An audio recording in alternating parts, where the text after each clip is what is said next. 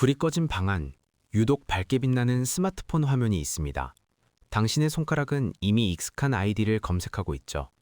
프로필 사진이 바뀌었는지, 상태 메시지에 변화가 있는지, 혹은 누군가 새로운 댓글을 남기지는 않았는지 숨을 죽이고 살핍니다. 그러다 행복해 보이는 사진이라도 발견하는 날에는 가슴 한 구석이 덜컥 내려앉습니다. 나만 아픈 건가? 벌써 나를 잊은 걸까? 라는 생각이 꼬리에 꼬리를 물고 이어지죠. 스스로가 초라해 보여 앱을 지워보기도 하지만 결국 몇 시간 뒤 다시 설치하고 있는 자신을 발견합니다.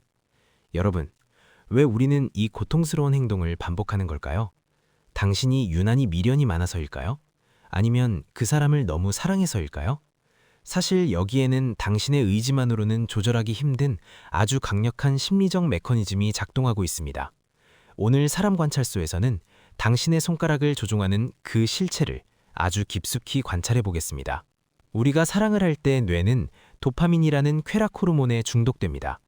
연인과 연락하고 만나던 습관은 뇌 입장에서 아주 강력한 보상책이었죠. 그런데 이별은 이 보상을 한순간에 끊어버립니다. 이때 우리 뇌는 마약이나 알코올 중독자가 겪는 것과 흡사한 생물학적 금단 현상을 겪게 됩니다. 뇌는 어떻게든 그 보상을 다시 얻으려 발버둥치는데 이때 가장 손쉽게 접근할 수 있는 대체제가 바로 SNS입니다. 그 사람의 사진이나 소식을 보는 것만으로도 아주 소량의 도파민이 분비되기 때문입니다. 비록 보고 나서 괴로울지언정 당장 뇌가 느끼는 갈증을 해소하기 위해 당신의 본능은 염탐을 선택하게 됩니다. 결국 염탐은 당신의 마음이 아니라 굶주린 뇌가 보내는 절박한 신호인 셈입니다. 이별이 힘든 이유는 그것이 미완성으로 느껴지기 때문입니다. 우리는 관계가 왜 끝났는지, 상대방은 지금 무슨 생각을 하는지 완벽하게 이해하고 싶어 합니다. 심리학에서는 마무리 지어지지 않은 일을 더 오래 기억하고 집착하는 현상을 자이가르닉 효과라고 부릅니다. 이별 후 상대의 SNS를 살피는 행위는 이 미완성된 서사의 빈 조각을 채우려는 시도입니다. 그때 왜 그랬을까? 지금은 후회하고 있을까? 같은 질문에 답을 찾기 위해 상대의 일상을 단서 삼아 추리소설을 쓰는 것이죠. 하지만 SNS 속 단편적인 정보로는 결코 그 답을 얻을 수 없습니다. 퍼즐 조각이 맞지 않을수록 당신의 뇌는 더 많은 정보를 원하게 되고 이것이 끝없는 염탐의 굴레로 당신을 몰아넣습니다. 이별 후 우리는 무의식적으로 자신의 불행과 상대의 행복을 비교하곤 합니다. 이를 사회적 비교 이론으로 설명할 수 있습니다. 특히 이별 직후에는 자존감이 낮아진 상태이기 때문에 내가 겪는 고통이 정당한 것인지 확인받고 싶어 합니다. 만약 상대방도 슬퍼 보인다면 우리의 사랑이 의미 있었다는 안도감을 느끼지만 반대로 상대가 너무 잘 지내는 것처럼 보이면 나만 진심이었나? 라는 상대적 박탈감에 빠지게 됩니다. 사실 SNS는 인생의 가장 화려한 순간만을 편집해 올리는 공간임에도 불구하고 당신의 뇌는 그것을 상대의 전체 삶으로 받아들입니다. 결국 상대가 나만큼 혹은 나보다 더 힘들기를 바라는 마음은 당신이 나빠서가 아니라 당신의 상처를 증명받고 싶은 슬픈 방어 기제인 것입니다.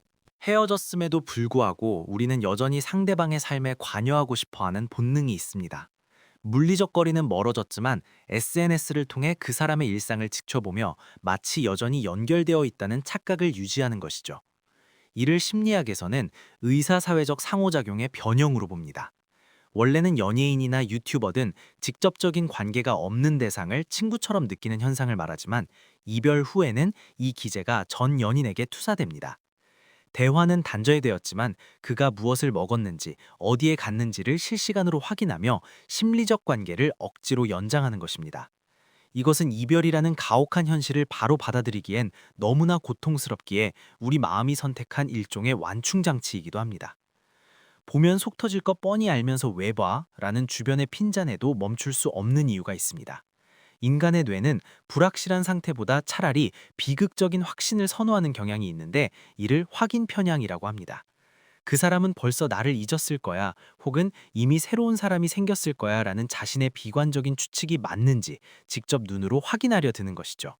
역설적으로 내 추측이 맞았을 때 가슴은 찢어지지만 뇌는 거봐 내 말이 맞았지 라며 상황을 통제하고 있다는 기묘한 안도감을 느낍니다. 이 과정에서 얻는 괴로움은 당신을 파괴하지만 동시에 불확실성이 주는 불안으로부터 당신을 해방시켜주기에 이 지독한 습관은 반복됩니다. 왜 염탐은 하면 할수록 더 끊기 힘들어질까요? 여기에는 간헐적 강화라는 무서운 심리 법칙이 숨어 있습니다. 만약 염탐을 할 때마다 매번 똑같은 슬픔만 느낀다면 우리는 금방 포기했을지도 모릅니다. 하지만 아주 가끔 상대방이 올린 슬픈 노래 가사나 의미심장한 글귀를 발견할 때가 있죠. 혹시 내 생각을 하나? 라는 신락 같은 희망이 주어지는 순간 당신의 뇌는 로또에 당첨된 것 같은 강한 자극을 받습니다. 언제 터질지 모르는 이 작은 보상 때문에 당신은 괴로움이라는 비용을 지불하면서도 계속해서 SNS라는 슬롯머신의 레버를 당기게 되는 것입니다. 이 불규칙한 보상은 심리학적으로 도박 중독과 같은 원리로 작용하여 당신의 행동을 고착시킵니다. 여러분, 지금 전남친의 SNS를 보고 계신가요? 혹은 방금 보고 와서 자괴감에 빠져 계신가요? 괜찮습니다. 당신이 부족해서도 구차해서도 아닙니다. 그저 당신의 뇌가 이별이라는 거대한 통증을 이겨내기 위해 나름의 방식으로 몸부림치고 있는 것뿐입니다. 하지만 기억해야 할 것이 있습니다.